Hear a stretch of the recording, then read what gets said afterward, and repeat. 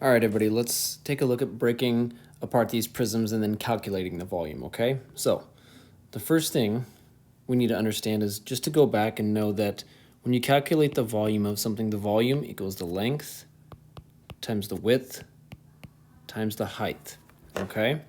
Let's do something for a really, we'll do this for a really simple cube, okay?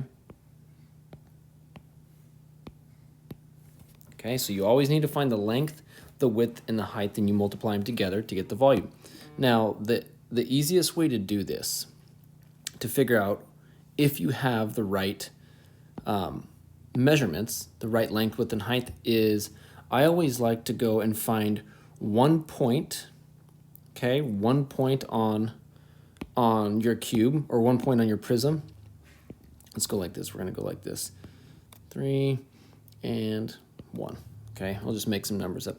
You always want to find a point on your prism that has all 3 lines connecting it. Okay, so for example, this point right here, this corner, has a length, it has a left and a right measurement.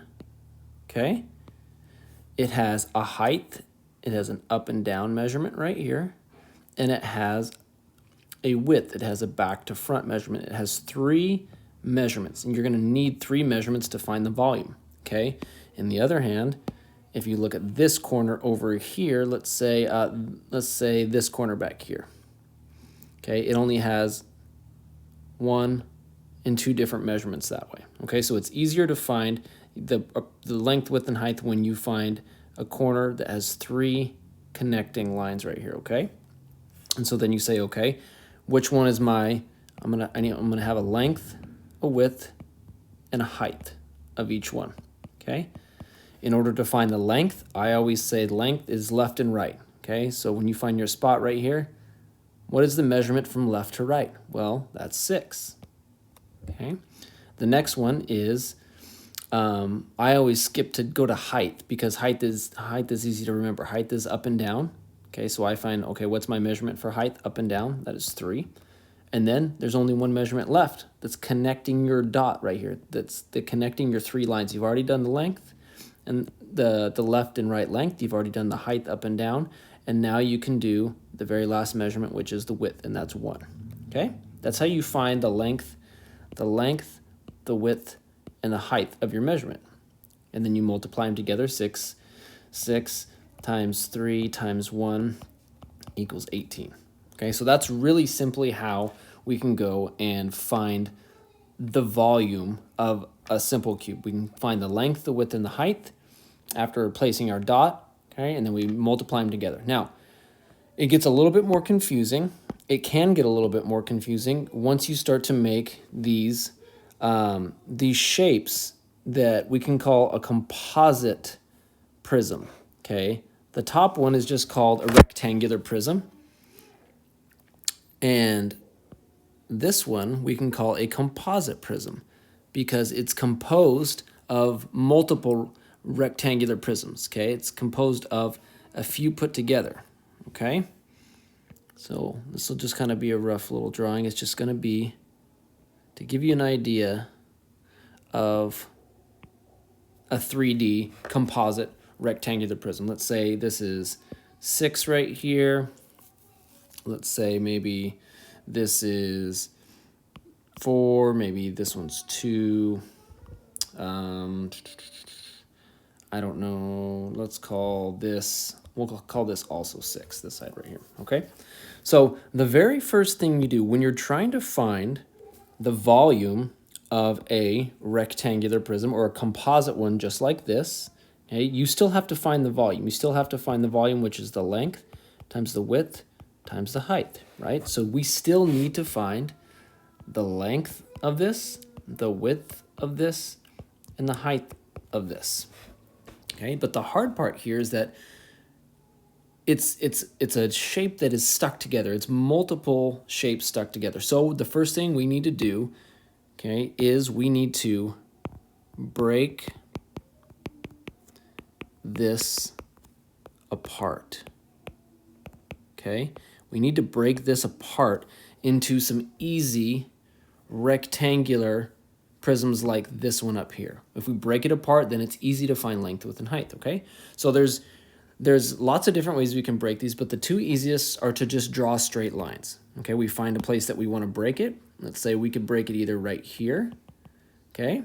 We can break it right here, and that would be, then there would be this rectangular prism up here, right? There would be this one, and then there would also be this big long one right here, okay? Okay, we'd have to find the volume of both of those, the volume of the green one, find the volume of the yellow one, and add them up together, okay? So we break it apart. That's the first thing we do, okay? We break that apart. Let's go back like this. Okay, so we're just gonna break this apart, okay? I'm just gonna break it right here. Okay, we're gonna break it apart. So now we have, let's say we have this one, we're going to call this one A, and we're going to call this one, oops, we're going to call this one B. So we need to find the volume of A, and we need to find the volume of B, and then add them together, okay?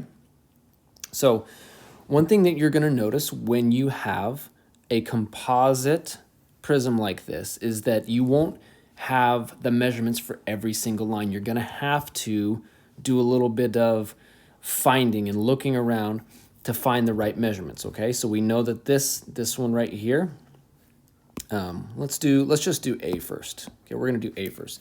So just like in our video or in our talk right up here, we need to find a point that has all three sides touching, okay? We need to find a point that has all three sides touching. We can just go with this one right here. Let's just go with this one. So we need to find a length, left and right. We need to find a height, up and down. And we need to find a width, back to front, okay? This one, actually, I might need to just add here. I'm gonna add another dimension in here just so to make this easier, okay? We'll call this, not 6, we'll call this 2, okay? So let's find it, right? The length of this one right here is going to be 2 because it's equal, okay, to the same side right here. So the length of this one's going to be, we're going to go, let's erase this part right here, so we're going to match it up with the color. Okay, so we're going to say the length is 2, the height up and down. Now we know this whole entire distance right here is 6. It's 6. We're trying to just find this part right here, okay? So how do we know what this part is? How do we know what this part is? Well, we can do some subtraction. If we know the whole entire thing is 6, okay, then we need to find out what this part down here equals, and then that'll tell us what our height is, okay? So this part right here, okay, is the same as this. It's the same as this, so it's 4, right? So if we do 6 minus 4, that's going to equal 2, even though this isn't to scale. So our height is going to be 2, and then our width, okay, our width is the back of the front. It's going to be the same as this one. It's going to be the same as this parallel right here. They're all parallel, and which means it's going to be the same as this parallel, which means that is also going to be 2, okay? So even though this is not to scale, we got the length, width, and height. If we multiply all three of those together, 2 times 2 is 4, times 2 is 8. So the volume of this one would be 8, right? If it's 8 cubic centimeters or whatever that may be. So we have the volume of A. Now we need to find the volume of B, right? We need to find the volume of B. That's this right here. We're going to have to find the volume of this cube right here, okay? Or this, excuse me, this rectangular prism right here, okay? So we need to find the length, the width, and the height of B. The length, let's just find our spot again, okay? So we're going to find our spot. I'm going to change this to red so you can see it a little bit better. Let's find our spot, okay, that's got 3 lines connecting it, right? So we need to find the length, which is left and right. We already know that one is 6. We need to find the height. That's easy. The height is up and down. We know that one is 4 because it parallels this one right here. It's the same height. Okay, and then we need to find the width, the front to back. Okay, and we already have that one, and that's 2. So we'll go 6 times 2 times 4. Okay, 6 times 2 is 12. 12 times 4 is 48. Okay, so the volume of B equals 48 right here. The volume of A equals 8. So we have to add those together to get our total volume, okay? So then we're going to go like this. We will go 8 plus 48 equals our V, okay? 48 plus 8 is 56. So our volume is 56, and it might be, if we use centimeters on this one, this would be, say, centimeters cubed, okay? That's how you find the volume of a composite. That's how you break a prism, a composite prism, this kind of weird shaped one, into pieces.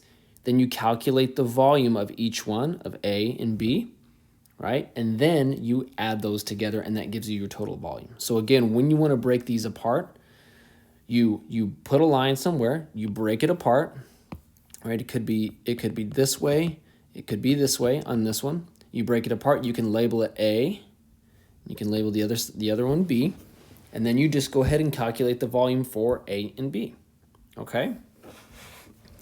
If you guys have any questions, let me know, and hopefully that helps us understand a little bit about how to break apart those composites, okay?